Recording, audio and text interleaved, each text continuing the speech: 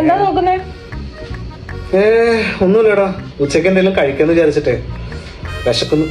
പുതിയൊരു ഹോട്ടൽ ഇവിടെ തുടങ്ങിയിട്ടുണ്ട് നമ്മുടെ ഈ മെയിൻ റോഡിന്റെ സൈഡിൽ.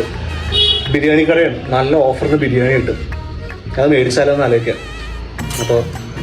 അപ്പോ ഇവിടെ ഉണ്ടാക്കിയത് ആർക്ക് കൊടുക്കണം? പട്ടിക്ക് കൊടുക്കണം? ആർക്ക് കൊടുക്കണം? നീ ഒന്നും പറഞ്ഞില്ലല്ലോ. എന്താ ഉണ്ടാക്കിയത്?